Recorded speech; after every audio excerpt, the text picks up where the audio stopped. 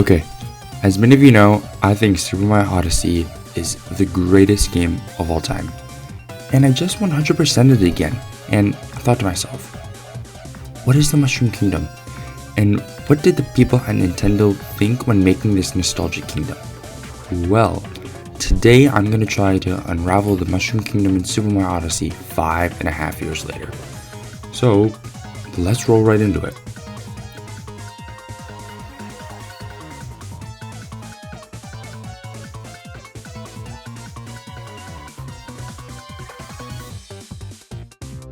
First off, the castle.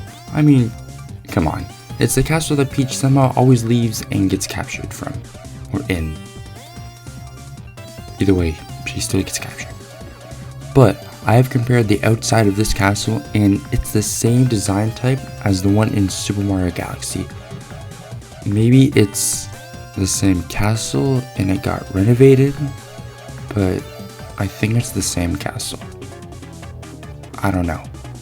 But the 4 bold pillars on the outside make this castle a standout from others in the franchise, besides the one in Galaxy, but this one I think is better, and is a staple of the kingdom. The inside of the castle is no different, as it gives off vibes from Mario 64 with the main staircase down the center, and on the sides it has additional staircase to climb up where you can find Peach's throne, where she never sits, because she just doesn't like the throne. She likes to go and explore. But, it also looks way too big for her. Because when Mario sits in it, it's too big for him, but that's besides the point.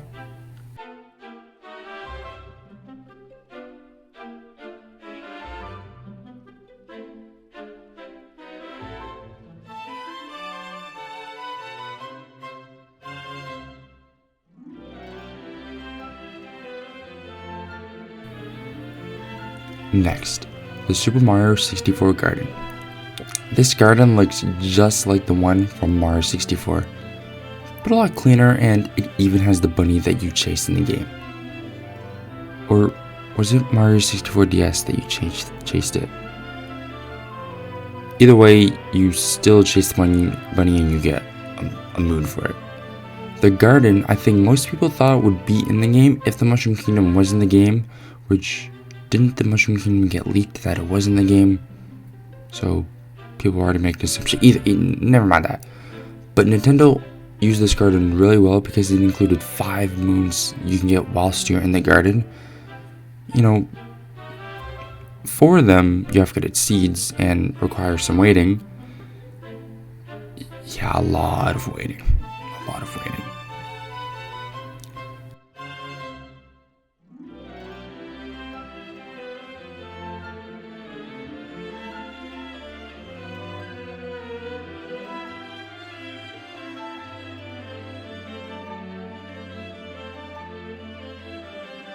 The boss battles.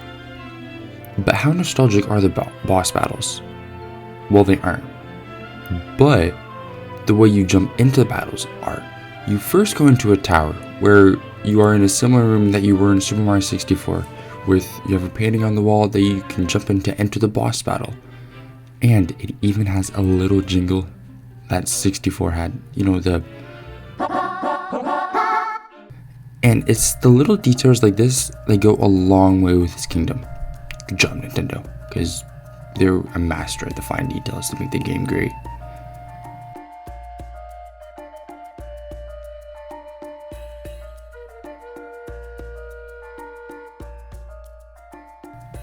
Now, do you remember the hole in the ground in the opening galaxy of Super Mario Galaxy? You probably don't, but that hole makes a return in this game.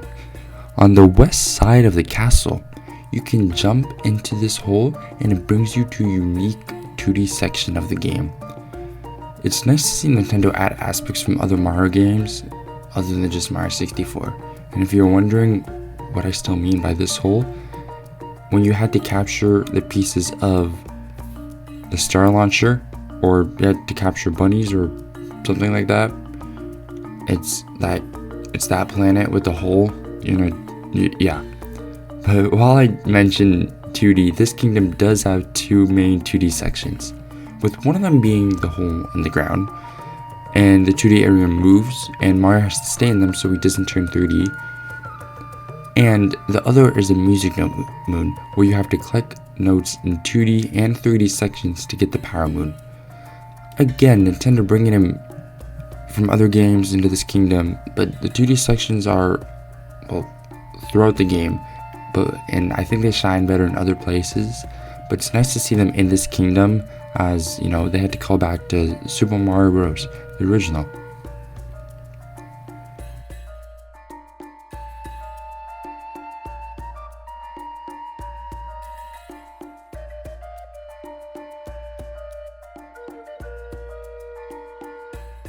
I have mentioned Super Mario 64 a bunch of times already, and I'm gonna mention it again because there's a whole area based on that game at the back end of the castle.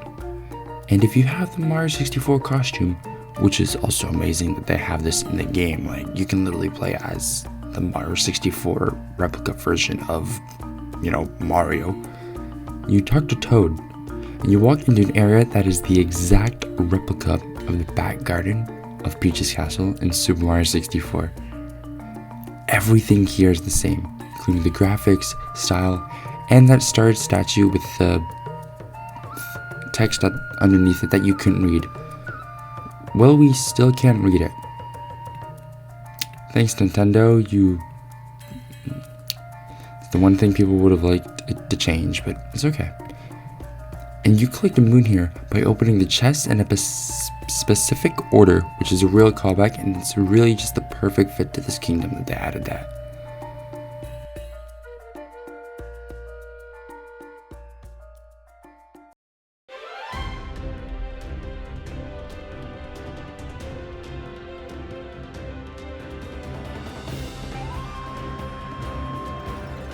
Now, I couldn't end off this kingdom without mentioning one more callback, and that is Yoshi. Once you reach the kingdom, head over to the west end of the castle, throw Cappy onto a scarecrow, and jump to the top of the building to find a Yoshi egg. Break it open and capture Mario's dino friend.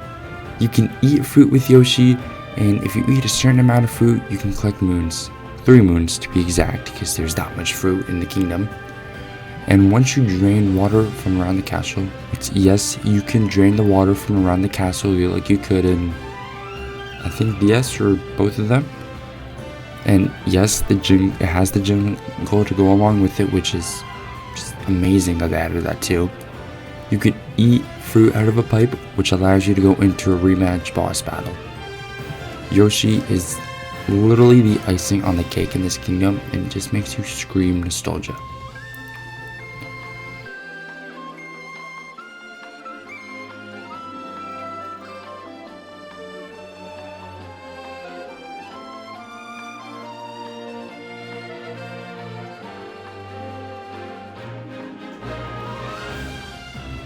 That was a lot, and I don't even think I got everything. Like, I didn't even mention how the power moons are power stars, and yeah, got the retro jingles once you get them.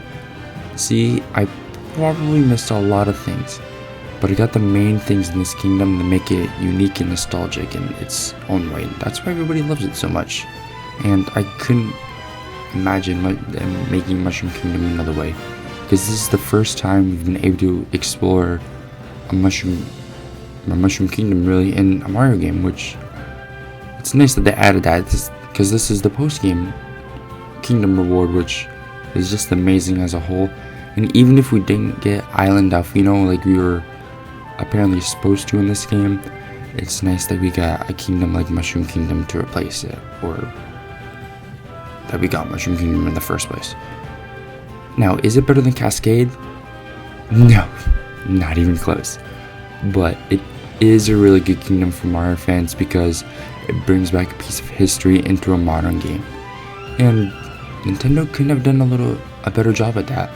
But it's, again, the little things, the little details that really make this kingdom stand out, which Nintendo really paid attention to. And I think that's what made this game so great and unique. But that's it for me.